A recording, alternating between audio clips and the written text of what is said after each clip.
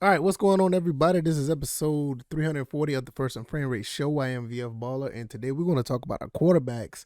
The quarterback situation we have in Atlanta is a very good situation. It's a good problem that we have. We're going to touch on that. We're also going to look at why this is a good problem and why this bodes very well for the future of the Falcons, even if either one of these guys don't pan out to be the long-term starter. We're going to get into all that. If this is your first time here, welcome. I am VF Baller. This is the First and Frame Rate Show. Every morning at 9 a.m., I put up another episode talking about Atlanta Falcons or Georgia Southern football. Georgia Southern football is on the back burner right now. They just did their spring game. They have picked up a few recruits, which I will be talking about at a later time. Do a little bit of background on one recruit that I think is actually a pretty good one that transferred from one, pretty much a big school to our school. So we're going to talk about that sometime later on down the road. As far as the Falcons go, what can you say?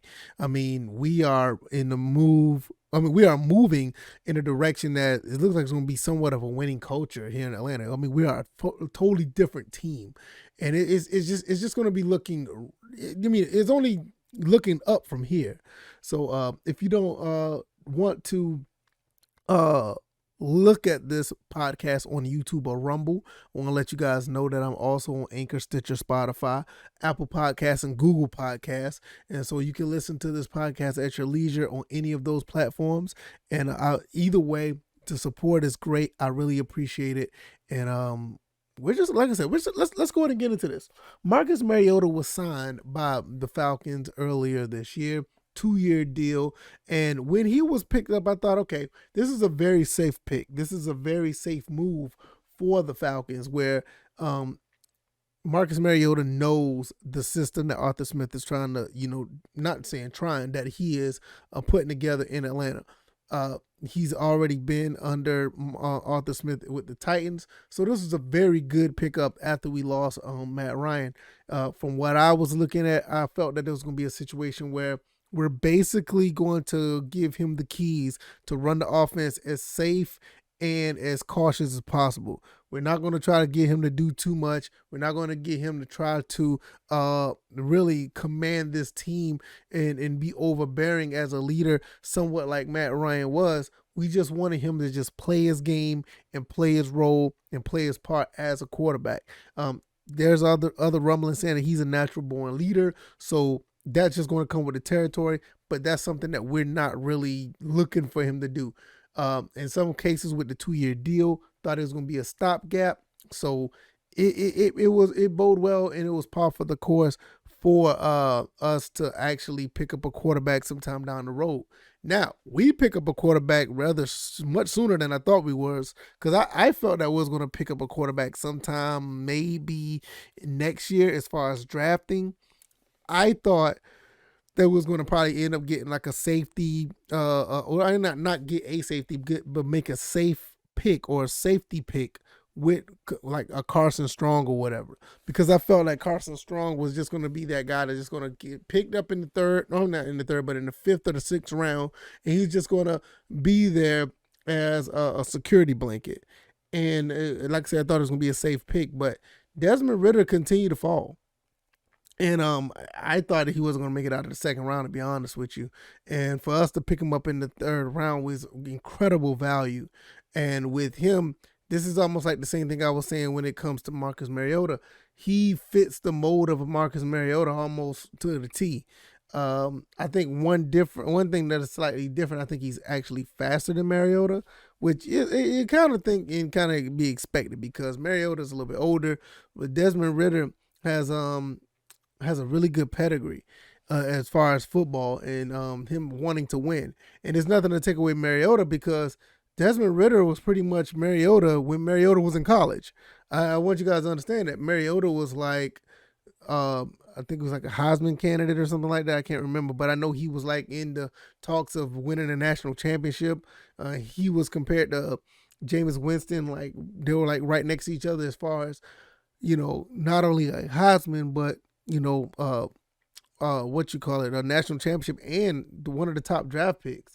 Same thing with Desmond Ridder. Desmond Ridder was considered to be a pick that's going to be a top 10 pick. So they have like a uh, very similar skill set and a perception when it comes to playing quarterback. I think the only difference is Desmond Ridder played for Cincinnati, which is a Group of 5 school, where Mariota played for Oregon, which is a Power 5 school in the Pac-12. But with Desmond Ridder's skill set, this is really, a good transition if Mariota does go down, don't want that to happen, or if Desmond Ridder actually wins the starting job. It's not much of a transition because, usually with the backups, some backups, you have to change your whole game plan to continue to be successful on your team when you have everything rolling throughout the season. This situation here, you're almost plugging in almost like a carbon copy of one player to the next. So it's not a situation where it's going to be a problem if one of these guys got to be interchanged in or out. So I think that we have a very good problem at quarterback, a very good problem. And you couldn't ask for a better problem, to be honest with you. When we look at what happened last year, I mean, even, any other time we felt like who's going to back up Matt Ryan or whatever the case may be. Then you had a Matt Schaub come in and you had other guys that was backing up and he was like, okay. But they're not the same. It's not the same when you have guys like this because Mariota, both of these guys are dynamic. They're athletic. They can move. They can throw. They have pretty good field vision. And you really can't go wrong with either one. So I feel that we have a very good problem. We have a very good problem at quarterback. And I want to see how well this continues to develop because both guys are going to, in some form or fashion, Mariota's going to develop to be a quarterback for the Falcons. Desmond Ridder is going to be developing to be a professional quarterback. And how does this play out? Does this play out if Mariota does win the starting job? I mean, that's a good thing. He got some experience.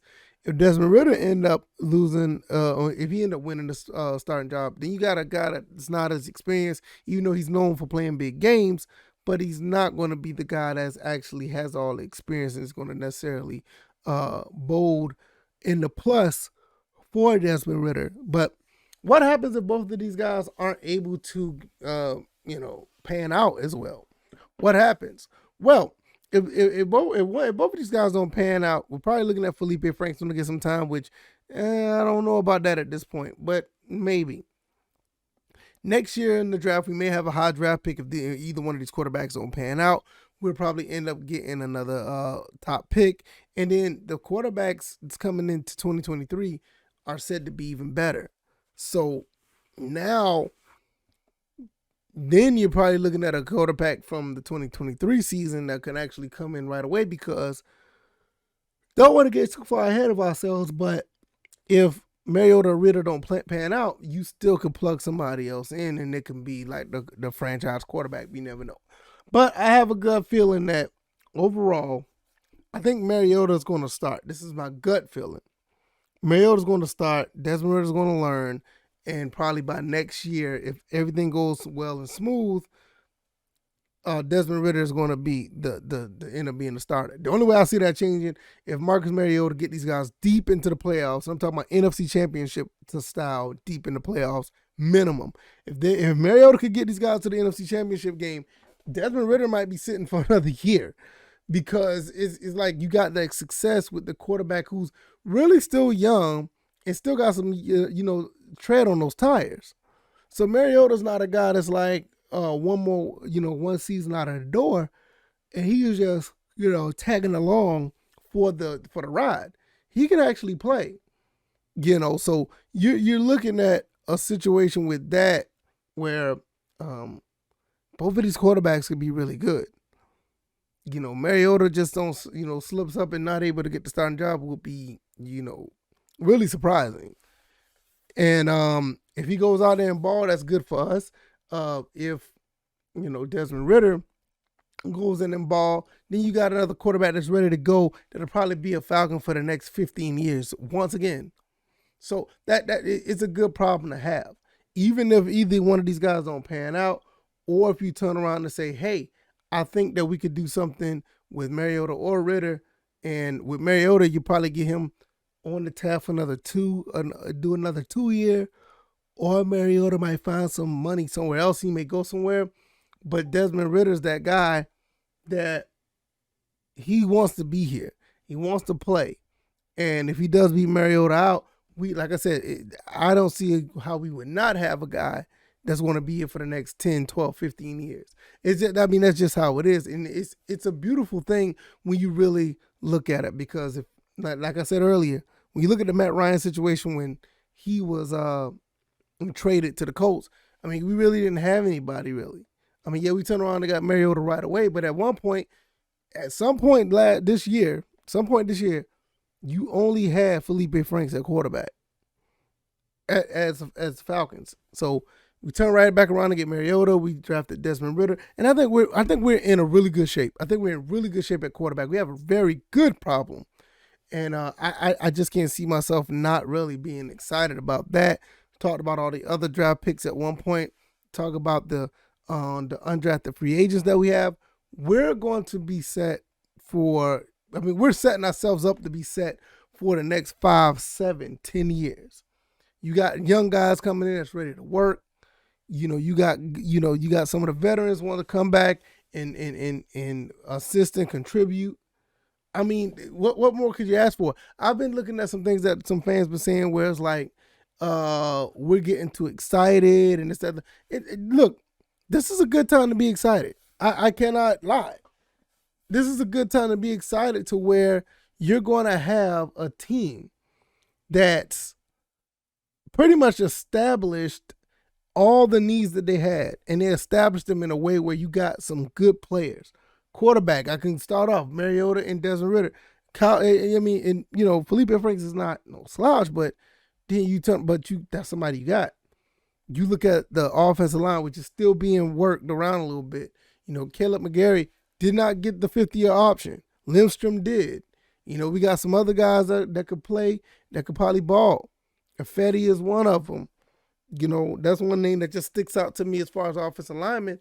Fetty just sticks out. Schaefer, Lindstrom.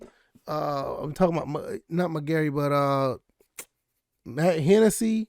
You also have Mayfield, Jake Matthews. You got some guys there that has the talent, but they just got to find a way to put that talent together to the point where we can run through those, holes that the offensive line create. You know what I'm saying? So now you got the running back, Tyler Algier, that's actually going to be able to run this ball because Mike Davis is not there anymore. So when you look at, I know this podcast is all about the quarterbacks in this episode, but when you look at everything else has been done, how could you not like what you see? This team has been totally transformed over within, less than a week, less than 5 days. I think whether the last few people from the 28-3 Super Bowl, I think Grady Jarrett, which would have been an MVP of that Super Bowl if we would have won it. You also have Deion Jones and I think Jake Matthews. I think those are the only 3 that are left. I'm trying to think if anybody else. Yeah, I think that might be it. I can't think of no one else that's still there. But so, with that being said, this team has been transformed completely. It's been transformed completely, and with it starts in the trenches, no doubt. I believe the offense and defensive line, it starts there. But when you have the quarterback that's the brains of the offense, and these guys that are as talented, as smart as they are, the Falcons are in very good hands. We've been, looking for this for God knows what. At least since I hate to say it, at least since Jeff George was here. We've been wanting really good as consistency. And I'm not saying, I'm not saying that Michael Vick wasn't success. I just lost train of thought right there. What I'm about to say. I'm not saying that he wasn't successful, whatever the case may be. I didn't say he wasn't consistent, but he did have his moments. He had his moments, and it was good to see him. But I feel that it just wasn't meant to be. So you brought a Matt Ryan in that actually had a great career, and he's about to pass the torch on to, the torch has been taken from him and passed over to Mariota and possibly to Ridder. So, like I said, I think it's a very good problem to have at the end of the day. Very good. You want that consistency, and we seeing it at a level where we're seeing it where the level of consistency when it comes to these quarterbacks could really, really kick in, and we should have some results that are pretty much favorable for the Falcons. Do I feel that this is a playoff team? No, I don't think it is, but I do believe that we continue doing what we do, we can get there easily. I think we can get there. I would not be surprised if we get there in 1 year because we won 7 games with the depleted team. Turn back around and get more pieces and add more parts. Who's to say we can't get 9 to 10 wins? It's just something to think about. But I do feel that we have a really good problem at quarterback. You cannot deny it, and I love every bit of it. If you like this podcast, hit the like button, share this podcast. Also, subscribe to the channel if you haven't already. If you want to use YouTube or Rumble, that's great. Also can be found on all the podcast avenues you see. And if you are not on the screen or you're not looking at this, Anchor, Stitcher, Spotify, Apple, and Google. So you can subscribe on the visual or you can subscribe on audio. Give me a 5-star rating on that Apple podcast avenue. If you don't think I deserve 5 stars, let me know why. Give me some feedback as well down in the, not only just the description, but even on the podcast avenues that offer them. All right. I hope you guys enjoy your Tuesday. It's been fantastic. It's been a great week of what we're trying to do over here as Falcons fans and the Falcons team in general. Terry Fontenot, Arthur Smith are doing great.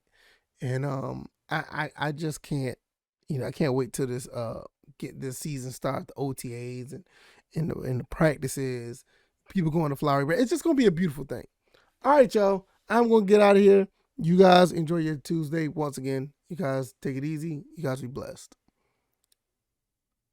Peace.